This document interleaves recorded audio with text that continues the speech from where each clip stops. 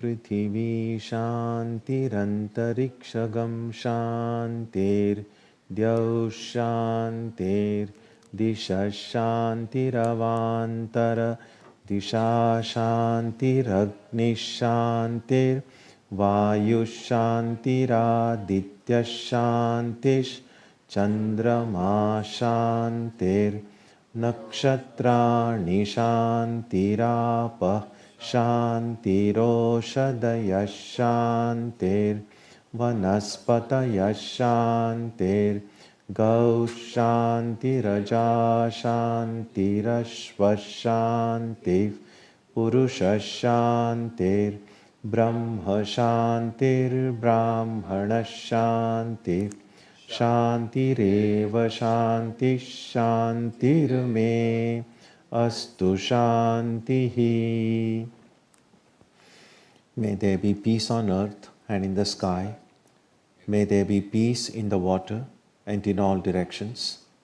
May there be peace in the plants, in the trees, and in animals. May there be peace in the hearts of all beings. May there be peace in everyone and in everything.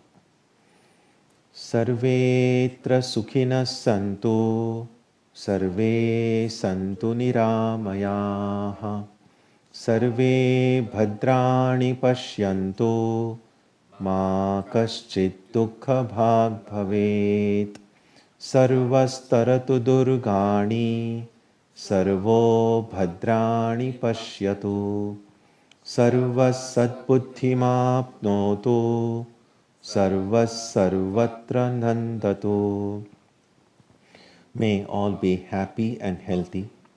May all see what is good, and may no one experience misery.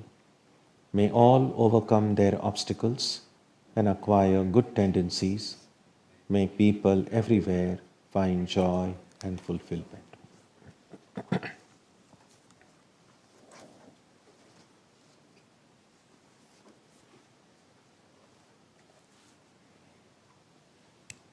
Let us now spend some time touching the center of peace and joy in our hearts.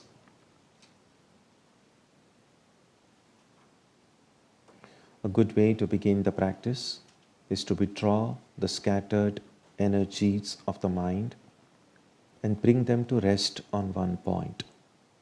That point can be our own breathing. Let us therefore practice breathing with awareness. As we breathe in, let us visualize that our body and mind are being filled with love, strength, and compassion. And as we breathe out, let us release all the stress, anxiety, and exhaustion in the body and mind. Let us practice this way for a while.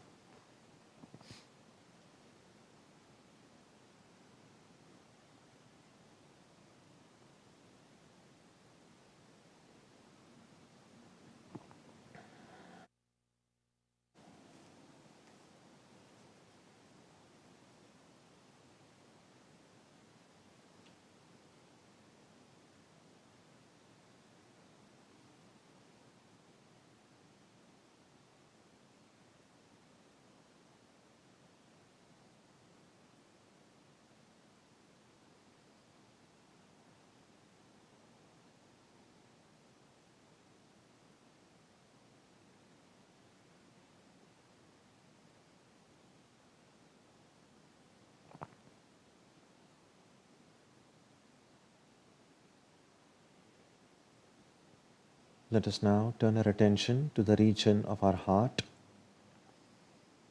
Although God is present everywhere and in everyone, the divine presence can be felt most clearly in our hearts. We can meditate in any way we have been taught. To remain focused, we can take the help of a short mental prayer or a mantra or a divine name. Let us now spend some time dwelling on the presence of God in our hearts.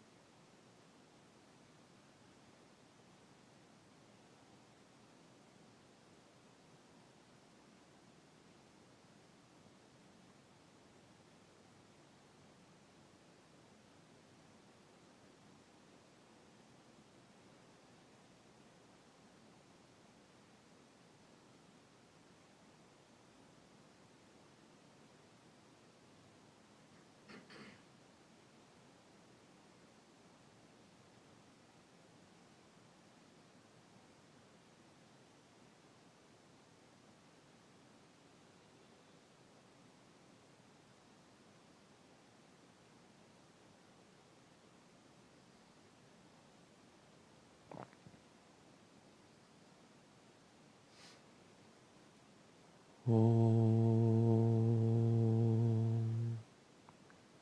Asatoma Satkamaya Tamasoma Jyotirgamaya Mrityorma Amritam Gamaya Aviravirmayedhi Rudrayate Dakshinam Mukham Tenamam Pahi Nityam.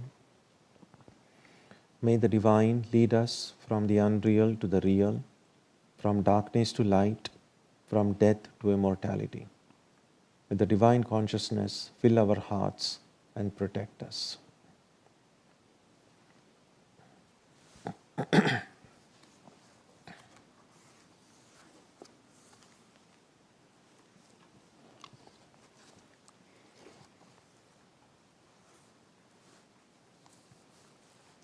In the earlier verses in this chapter, we saw Krishna describing the three kinds of austerities and the three kinds of sacrifices. Now he describes the three kinds of charity, three kinds of giving. Let's read verse number 20. Datavyam iti yaddanam diyate anupakarine deshe kale cha patre cha taddanam satvikam smritam. To give is a duty, a gift given with this idea to one who will do no service in return, in a fit place and time, and to a worthy person, is known to be sattvika.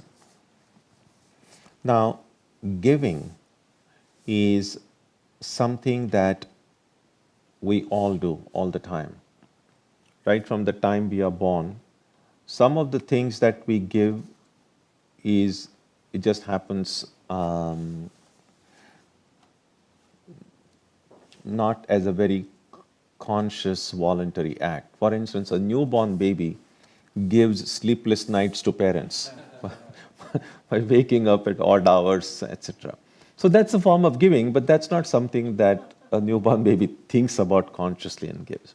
But when we grow a little bit older, then giving becomes a more conscious act. It could be as little as you could be in a kindergarten or a first grade or second grade, and you are gone to school, and the friend sitting next to you says, give me that pencil, or whatever it is, and then you decide to give or not give. So giving is something that happens all through our lives. And because it happens all through our lives, it's helpful and important to recognize the different kinds of giving and what it tells us about ourselves.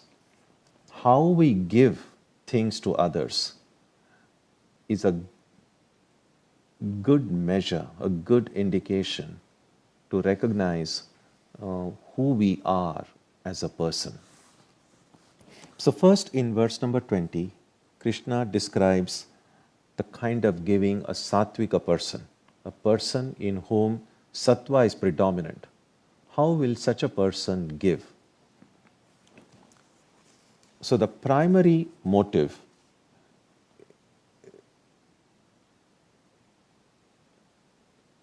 in the person, a sattvika person, is tatavyam iti yad danam, that this is to be given. That's it.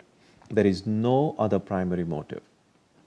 That's why it is said, a gift given with this idea to one who will do no service in return. So that's the first thing. Whenever we give something to someone, if there is even a faintest idea in the mind, oh, if I give this, then this person in return will do this for me. So if I'm always thinking about in what way I will be compensated, because giving is a kind of sacrifice. It's something that you have, something that you own, and you're giving it to somebody else. And our natural tendency for most people is, well, if I'm going to give this, then I need to be compensated. And that's what we think is very natural. Then that kind of giving does not become charity, it becomes shopkeeping. That's what we do. When we go to a shop, the shopkeeper gives you something, and in return you give, or you swipe your card, or you pay in cash. So that's not really, neither of the two are doing a charity. When a shopkeeper gives you something, the shop person is not doing any charity, and neither are when you're paying for it, you're not doing any charity either. So that's business, give and take. Sometimes we don't recognize that even when we give things in life, we may not be actually sitting in a shop or doing it. We may not think of it as business, but it is a kind of business. It's like I help my friend who is in need. And immediately the friend is not paying back. But let's say 5 years later, I'm in trouble. And I expect that the friend should help me because I helped that friend 5 years earlier. And if that friend doesn't help me, I will feel bad. I will get angry, I'll get upset. And I will say, well, didn't I help you when you were in trouble? Why wouldn't you help me? Now think about it. It is actually a business transaction. That instead of being paid instantly, you are seeking a payment after 5 years. But it's still a business transaction. And so a real charity, a real giving would be you give, you're not really expecting anything back. Now, as I mentioned on earlier occasions and in other contexts, that because you're not expecting anything back doesn't mean that you won't get anything back. The two are completely unconnected. Even if you don't expect something back, your friend might, for instance, you help someone without expecting anything back. And the friend might come and compensate you much more than what you gave. Now, you don't have to protest. I mean, if you want to protest, if you don't want to take it, don't want to take it. If you want to take it, you can take it. The point here is not whether you take or not take. The point is, when you gave, you were not thinking at all about whether you will be compensated for it. Then it becomes sattvika. That's what is meant. with the idea of one who will do no service in return, and then in a fit place and time and to a worthy person. The second thing. So first of all, you give something without any expectation of return. And second, which is a little bit even more difficult, is to give at the right time, in a right place, to a right person. Now, we might say, well, how am I to know? And the answer is simple. Answer is that you use your best judgment. Your judgment can go wrong. That's okay. No one is perfect. But whatever wisdom God has given us, whatever we have learned in life through our own experience, based on that, when we give, we must try to give it at the right time, in the right place, to a right person, for the right cause, and without expecting anything back. If all of these conditions are fulfilled, then it becomes a sattvika form of giving. The next verse will describe the rajasic form of giving. Verse 21.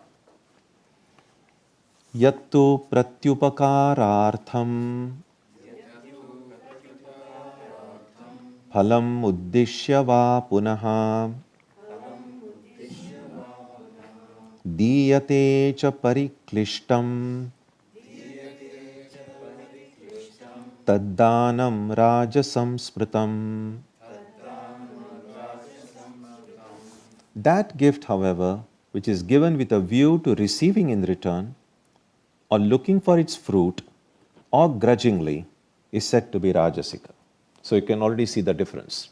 So whenever a person gives something to someone with the expectation that I will be compensated for it in some way, if not now, sometime in future. So it's not really an unselfish act. The self is really involved. So even when I'm giving, I'm thinking about what will I get in return, or looking for its fruit. Again, sometimes it may not be that the same person will give me something, but I will be compensated by someone else. Think about it this way. A lot of people do charity with the idea, it'll take me to heaven. So the person you help is not really sending you to heaven, but you are being compensated for your act by this promise of going to heaven. Now, what this verse points out, that even to do something good with the hope that I will get to heaven, yes, I'm still expecting something in return. That would be a rajasika form of giving. Or grudgingly.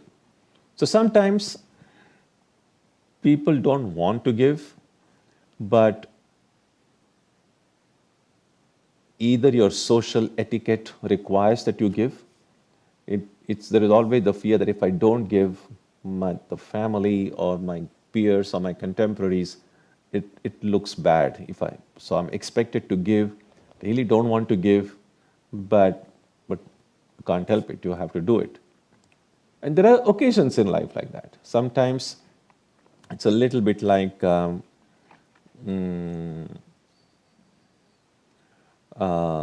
it's, for instance, in some places of worship, at the end of the sermon, a basket goes around for collection. And now, since it happens in public, it just puts a pressure on people. It's like when they see someone putting something in the basket, even if you don't want to put, it's like, oh, well, I don't really want to put, but it really looks bad. And so that's what is meant by grudgingly. There is a story told about three Scottish people. Sometimes there are lots of stories told, and among these things, sometimes and this is kind of a very bad way of stereotyping, but there are stories about why Scottish people sometimes could be very miserly. So they say that these three Scots go to a religious service, and afterwards, when it's time for collection, the basket goes around, one of them falls unconscious, and the other two carry him out. So they have to avoid having to pay for it. So there are occasions in life when people don't want to give, but they kind of are forced to give. So all of these things, either if I give something with expectation of return, or if I'm looking for some compensation, and in the religious terms, it usually means some way of the Lord rewarding me for being good. Think about it this way. It's why should we be rewarded for being good? Think there are certain times in schools or in certain situations we have seen at very young age. I've certainly seen it in India. I'm not sure whether it's here. Probably it's there pretty much everywhere.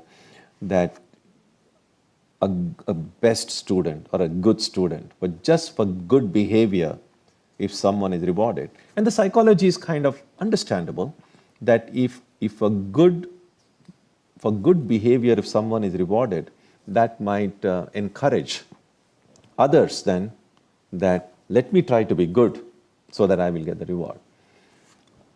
In itself seems to be a kind of a harmless way of encouraging people to do good or to be good.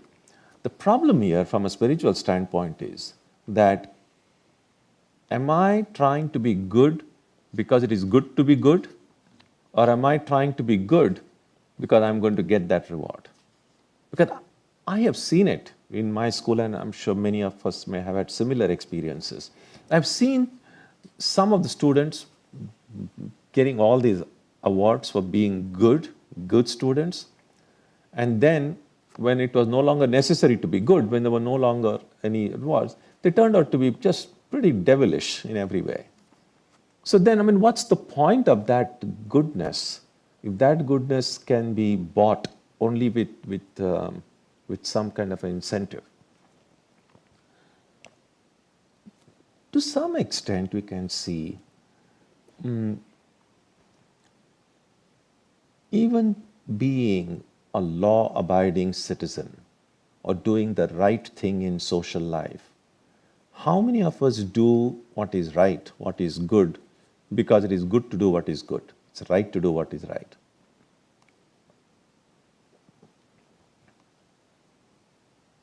For instance, all these now we have speed limits while driving. How many would continue to follow all the traffic rules if there were never any cops around, or there is never any danger of you being ticketed for it? So again, that's a question we can ask. Are people being good and law-abiding for fear of law enforcement and they being punished for it, or they are really being good because that's my civic duty to be good? And so a sattvika person will be good not out of fear of punishment. I mean, in some ways, think about it this way. The idea that if I'm good, I'll go to heaven. If I'm bad, I'm going to burn eternally in hell. There's no doubt about it that this kind of a teaching has helped a lot of people try to be on the right path and not do something terrible. Because, if I'm terrible, I'll go to hell. Again, but this just goes back to the question of how much of what I do is done out of desire for some reward, or how much of the thing that I don't do is because of fear of some kind of a punishment. So neither this desire for a reward nor fear of a punishment is really making me good. It's just keeping me on the right track without really bringing about any real transformation. And so we have to recognize that a spiritual progress would mean that I'm being good not because of being rewarded in some way. I'm not doing something bad just because, I'm afraid I'll go to hell. But I deeply know I'm going to do what is right. I'm not going to do what is wrong. So that would be a sattvika way. But anything prompted by fear or desire, that's a rajasic way. Verse 22. Adesha kale yaddanam apatrebhyascha diyate asatkritam avajñatam tattamasam mudaritam. The gift that is given at the wrong place and time and to unworthy persons without regard and disdainfully is said to be tamasika. So again, now we go to the third variety, that when a gift is given at the wrong time, the wrong place, to a wrong person, and without regard, without following whatever the protocols are expected, and disdainfully, that would be tamasic. You might remember in Karma Yoga, Swami Vivekananda says that oftentimes the conventional idea of giving is the one who is giving is a benefactor, and the one who is receiving the gift is the one who is, well, the one who is getting the benefit. And therefore it seems normally that the giver is at a higher level and the receiver is at a lower level because I'm just receiving it. Swami Vivekananda turned this idea completely topsy-turvy by saying, really speaking, the one who is receiving should be at the higher level. The one who is giving should bow down and give to the receiver. Think about it this way. How would you be able to practice your charity if there was nobody in need of charity? You might have a great desire to give, but if there is no one there to receive, you cannot give. So if you want to have the satisfaction of giving, you depend on someone in need to receive what you have to give. So the person who is receiving from you is doing you a favor by giving you an opportunity to give. And that's why Swamiji said that let the one who is giving give with gratitude to the one who is receiving for being there. I remember in one of our monasteries, when one of the young man, he went to join the monastery in India, and his parents came, as they often do, because he was young, he was probably just 19 or 20, and the Vedanta, our order, the Ramakrishna order, there's a lot of relief work, relief rehabilitation, helping those in need. We run orphanages, schools, hospitals for the poor. And so when this young man, he joined the order, his parents came to request, to saying, no, you come home. They didn't want him to go away and leave. And so then they were arguing with the monks there. And so the mother of this boy told the monk, she said that all of these earthquakes and floods, everything is happening because of you people. And the monk was like, what? And then she said, look, you people want to do this, practice karma yoga. You want to go and serve the needy. And because you want it, these poor people have to suffer. And so that then you can go and practice charity. Now, that's not really how it is, but there is some truth in it, in the sense that it's not that because of you the people are suffering, but if there were no people suffering, you wouldn't have any chance to go and help anyone. And so that's the idea. So if you give to someone at a wrong time, in a wrong way, and who is not fit to receive the gift, or who will misuse the gift, then actually you are doing more harm to the person than good. So that kind of a thoughtless, irresponsible way of giving would be a tamasika form of gift. And again, disdainfully. You see, it's like this. it's possible to give in a way which humiliates the receiver. It's also possible to give in a way which will preserve the dignity of the receiver. So if it's like this, if when you are stopped at the light and are waiting for the light to turn green, and some homeless person comes seeking some help, how do you give? So if someone just kind of takes out a dollar bill and just kind of throws it out of the window, that would be giving it disdainfully. That would be a very tamasic way of giving. But just because the person is in need, I don't have to feel in some way superior to that person. I can be, as I said, the ideal will be grateful that the person is there. Also, as they often say, there, but for the grace of God, go I. It just as easily, I could have been in that place, and this person would have been sitting in my place. It's completely plausible and completely possible in this world. And so recognizing that would help us to not give kind of in a tamasic form of way.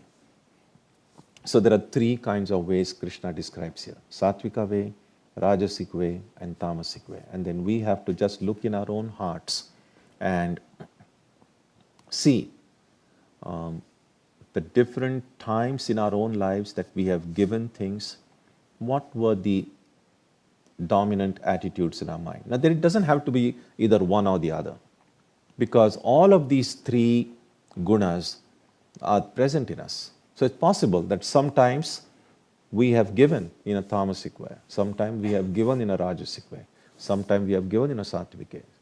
So it's possible. So it's not either or. But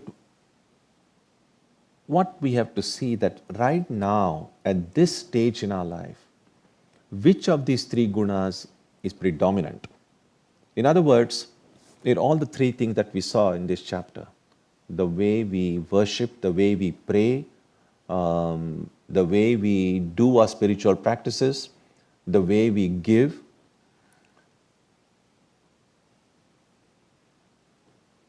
how often and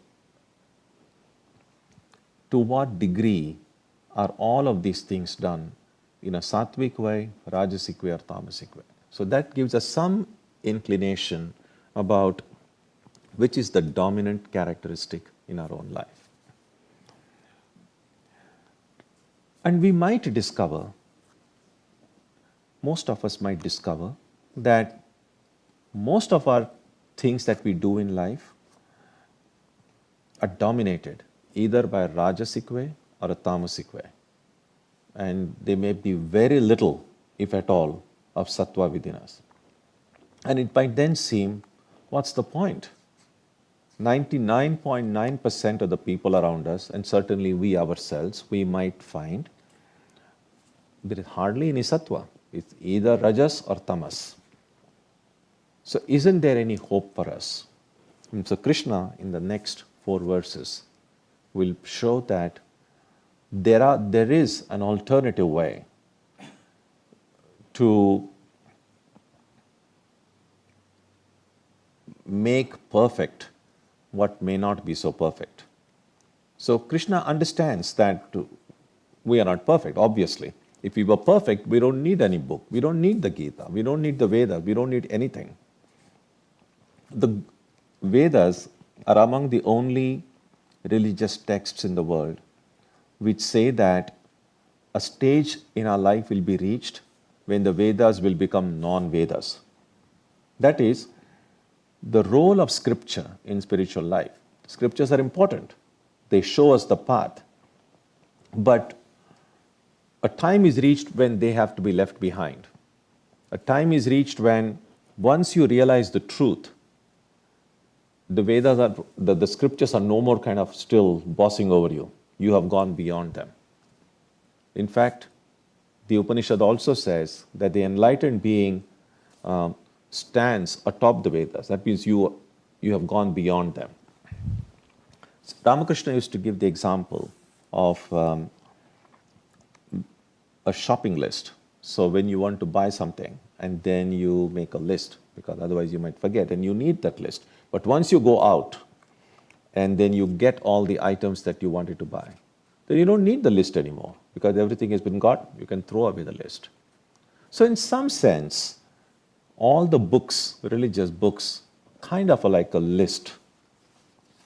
And so we need it. We need all this until we have actually acquired or realized the truths within it. Once we become enlightened, then you don't need the list anymore.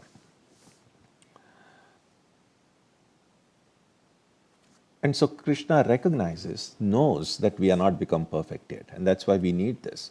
So here he shows one more way of how to overcome our imperfections. Is there some way by which I can solidify my ways of living, ways of doing? That's described in the next verse, 23. Om Tat Saditi Nirdesho Brahmanas Trividhas Smritaha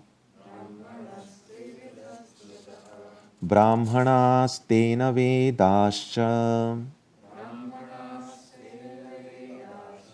Yajñascha Vihita Pura. Om Tat Sat. This is considered to be the threefold designation of Brahman. By that were fashioned of old the Brahmanas, the Vedas, and sacrifices. So here Krishna points out that this mantra, if you like, Om Tat Sat, is a very sacred. All the three words are very sacred because all of those three words are designation of Brahman. They refer to the highest reality. And it's through these three words that all the wise people, the Brahmanas here doesn't simply mean those born in a Brahmin caste. It means the wise people. All the wisdom, the scriptures, and all the practices, they all became solidified. They all became purified. They all became enriched through these three words, Om Tat Sat. We also read in Ramakrishna's life that we know that how sensitive he, not just his mind, but even his body was, that he couldn't eat anything and everything, that unless it was very pure and sanctified, even it was with the slightest touch of impurity, he couldn't even touch the food. Same thing with regard to where he sat. And so we read in his life that sometimes he would visit Calcutta. He was staying in Dakshineshwar and he would visit the city. And then while in the city, many of those who were devoted to him would invite him. And then we read in his life that once he was invited in one businessman's place, and they welcomed with all due respect and then offered him a seat. That wasn't clearly a seat made specially for him. Well, that was a place to sit when many people had sat. And so he looked at that place. He didn't want to hurt the feeling of the person. So he wanted to sit in the place that he was offered. And then we read that just before sitting, Ramakrishna said, Om Tat Sat. And then he sits. The idea is, such is the power of these words, that then that seat become pure and he was able to sit there.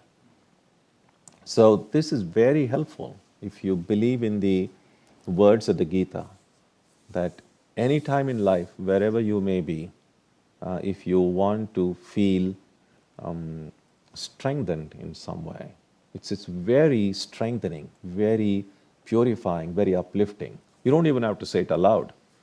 Just remember mentally, Om Tat Sat. And then the subsequent verses will describe how each of those letters, Om, what is the significance of Om, what is the significance of Tat, what is the significance of Sat. So we will look at this because it's very important. We'll look at this next Wednesday. So we'll stop here today. Recognizing the power of Om Tat Sat and how even if our practices, our worship, our ways of giving may not be perfect, but if they are accompanied with this Om Tat Sat, the imperfections are eliminated to a great extent. So that's what Krishna mentions here. So if you have any questions, thoughts, ideas, feel free to ask.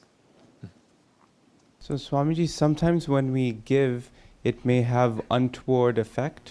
For example, this company Tom's that makes shoes, they used to give a free pair of shoes to poor people, and then they did some analysis and realized that in many cases they were ruining the local economies by providing these free shoes. So while you intend to do something for a good reason, it may have a negative untoward effect. How do we consider those types of actions? Well, if I give something with the intent of that negative effect happening, then of course it's bad.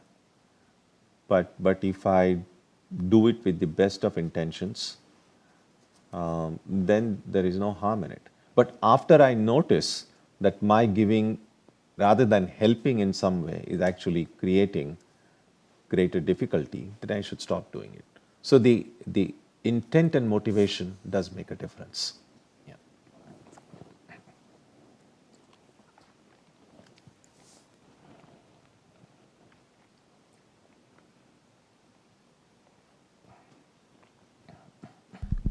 Swamiji, two questions. So, in the Bible it says, don't let your right hand know what the left hand is doing. Mm-hmm.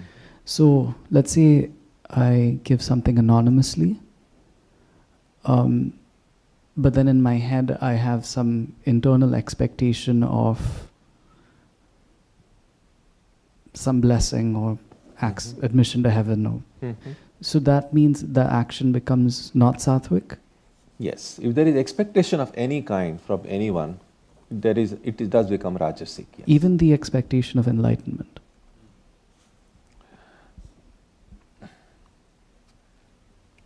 Maybe less. Maybe there may be a little bit of sattva there.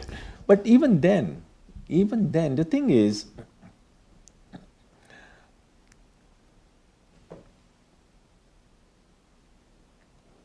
yeah, I mean, there is ideally I should just give because that's the right thing to do. But if I give this, I will become enlightened. It might help a little bit, but the thing is, because the obstacle to enlightenment is the predominance of this I. And when I give something, again when I'm thinking, when will I become enlightened, the I is still kind of dominant. So yes, it will help me, but my mind, the habit of my mind to always calculate the self-interest, that becomes a hurdle then. Yeah. So you said giving at the right time, place, person, and for the right cause, and that we use our God-given judgment or wisdom to use the discrimination. Yeah, I mean that's what else can we do? We can only use the best judgment we have. And because we are not perfect, our judgment may not always be right. But if it goes wrong in some way, then I learn from my consequence, from seeing the consequences. That was a bad judgment. And then next time there is an occasion to give, I become a little bit wiser because of my past experience. And I can use this now wisdom in making a better judgment call next time. Yeah. So we cultivate that judgment, we cultivate the wisdom through repeated practice of giving. Yes, and learning from our mistakes. Okay. Yeah. Okay. And we can learn from our mistakes as well as learn from the right things we do. So both. Yeah. Swamiji, worthy recipients, could you expound on that?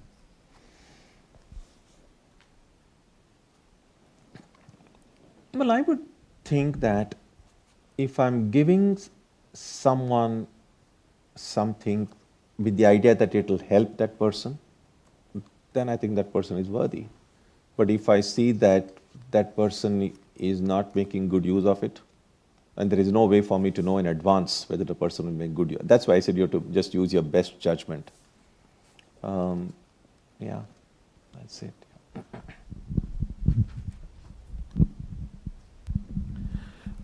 Swamiji, I think it is difficult for us to take this, but how we can motivate our children when I'm explaining, okay, giving is good.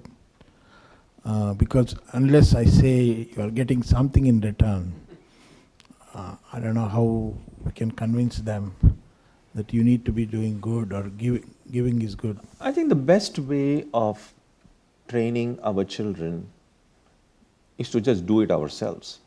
I think children learn more by just seeing what their parents do, not so much by listening to what their parents tell them. And if children see that their parents tell them something but don't do it themselves, then it doesn't help either. So I think setting an example is the best way to do it, I think. Yeah. Thank you. Swami, I'm just speaking about myself. Thinking not everybody is so lucky that he can already proceed at a sattvic level. Not everybody is so lucky. So, for example, if I would like to proceed from tamasic level to higher, I would not be ashamed to think about, well, if I do it, what I will get. Mm-hmm. Because, for example, if I read teaching of Buddha, if you practice loving kindness, you will have clear mind. You will have blah, blah, blah. You will have good attitude. So, then, it makes sense. It helped me to do this, and that. And I will start from here, because I need to start from some point. If I have no motivation, understanding it will bring me good, I won't do anything. Sure. So then I would not be ashamed to start with something, just like think how good is it for you. Sure, absolutely. And we don't even have choice. We have to start from where we are anyway. So I want to stress again and again, this is not to say that tamasic and rajasic is bad. That's not the idea. It's just that these are three different ways in which our life moves. And a sign of spiritual evolution would be that we are moving towards sattva. So there's nothing to be embarrassed or about that, oh, now I'm doing things tamasic way or rajasic way. In fact, oftentimes, the way to sattva from tamas is actually through rajas. Sometimes externally, tamas and sattva can look very identical. Someone can be just lazily lying without any activity, and a person can be in samadhi lying without any activity. Externally, they are both same, and so therefore, Swami Vivekananda, at the turn of the century, in the 1890s, in many of the letters he was writing to his students in India, and that time India was not even politically free; it was under British rule. And so he was telling them, he wasn't really telling them so much about sattva. He was saying, get up, go to the villages, help them, see how people are suffering. It was, in fact, he himself said, he was kind of stirring them into rajasic activity, because he was saying the whole country was like becoming so tamasic, and in their mind diluted into thinking, oh, we are just thinking about God. What's the use of acting? Everything is unreal. But it doesn't happen this way. So sometimes there is a great danger of self-deception, that our tamas may be mistaken for sattva. And so rajas is good. Yeah.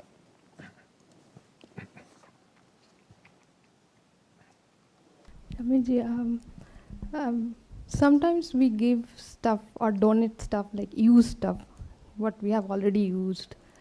It could be clothes or food or different other stuff.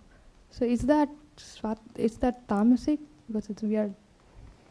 No, if you wash it well and they are not torn, I mean, if they are usable, rather than putting it in a trash where already these dump sites are becoming. I mean, something if it can be used by someone. Yeah, because there is no expectation. We are not expecting anything from them where we are. I mean, a lot of people. donating. Sometimes people kind of give away things, not so much with the idea of giving, but there's all the junk lying in my garage, and I just want to get rid of it. I mean, then we're really kind of doing more favor to ourselves. So that's why I said, if giving whether a thing is used itself is not so much a matter of whether it is usable, whether someone else, without the means to buy new ones, will be able to use it with dignity. Again, that's what I said. I think that's fine. There is no difficulty. Yeah. Swamiji, my question is about beggars, those people who ask for money on the streets. And where I live and go to school, there are so many of them. And sometimes you read the signs and you just go crazy in your head, like how, that can happen to the person, and you cannot discriminate whether it's true or not true by just looking at the person. And like, I remember there was one particular man that had the sign saying, seeking for human kindness, and that was very unusual to me, because usually people write, I'm pregnant, homeless, veteran, and this one was just, and I remember I gave everything I had, because usually people don't carry a lot of cash or change on them, but then I kept seeing him every day on the same spot and I still do that basically every day, but I can't, do the same thing every time I see him, and with everyone that I see on my way. So how, and it's not a problem just for this city or this country, in India, when you drive in a rickshaw and like you get surrounded by so many beggars, and then I personally can feel bad by just not being able to give to all of them. I mean, no one can. The world is just too big a place for any one of us to feed everyone or to solve the problems of everyone. But everyone can do our own little part, as much as it lies within our power. Holy Mother used to say, there's one very catchy phrase in Bengali, which really meant was that those who have can share. Those who don't have can at least pray for others. So there is always something we can do. So when we feel that I do not have the material means to help these people, at the very least, I can pray for them. I can even a smile, even a look of recognition, even a friendly smile to someone who is sad, who is dejected, to be just make an eye contact and just kind of give a friendly smile. You're already given something very precious. Maybe that person's day will be brightened up that day. That's a form of giving too. So it's not always in terms of always some kind of money or anything like that.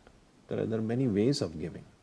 Yeah, that's helpful, because then you read articles of like the whole cities banning those people begging from the street, and they just get rid of them by putting them somewhere else. I don't even know, because they say that they use this money for drugs, for alcohol, etc. So, and it's just like, it just becomes a bigger problem. But if you think on a global scale, it's like somebody's asking for help but not being able to get it. So it's really hard to discriminate where is the true need for. No, it is a complex problem. Yeah. And then at how much you'll give, $1 or $2 to someone.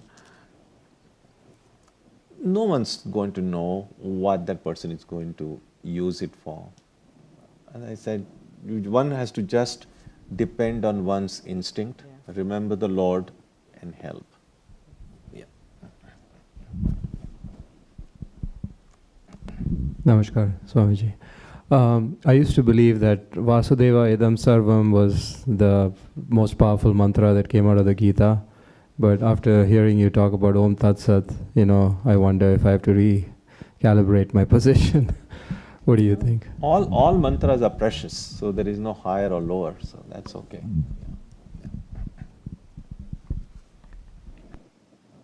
Anyone else? Okay, so we stop here today. When we pick next week, we'll take up verse number 24. Om Jananim Saratam Devim Ramakrishnam Jagadgurum Padapadme Tayo Shritva Pranamami Muhurmuhu. We bow down to Ramakrishna and Holy Mother. Again and again.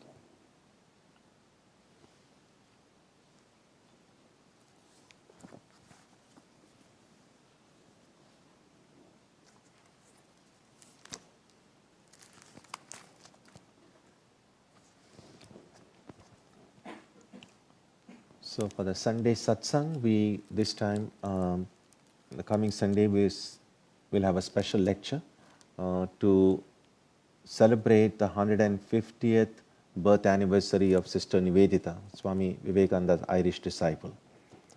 So our topic will be learning from Sister Nivedita, Pravrajika Vrajaprana. She is a senior nun, a Vedanta nun from our convent in Santa Barbara in California.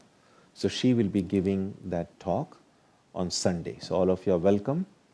And as I announced last week,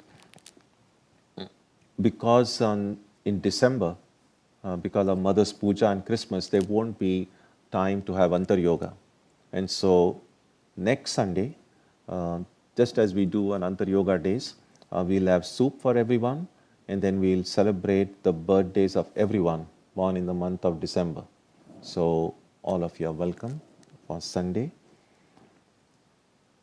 On Tuesday and Saturday, our Aarti and meditation will also go on as usual. And next Wednesday, of course, we'll meet for the Gita again. So let's conclude with a prayer on page 3.